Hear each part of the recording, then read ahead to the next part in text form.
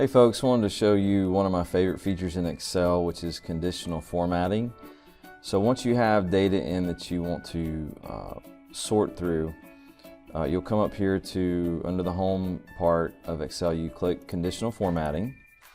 Right here, first actually I like to go ahead and highlight. So typically it's numbers that you want to look for. We can also do words as well, but let's just say we're going to look at this. So we're going to do greater than 100. Okay, so right there it's going to automatically highlight any number that's higher than 100.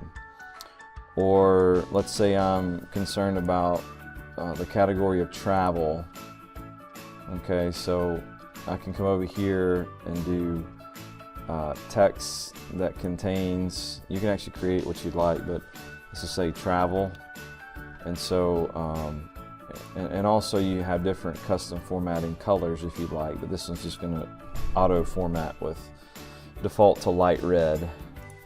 So right here I can automatically look through and see amounts greater than 100.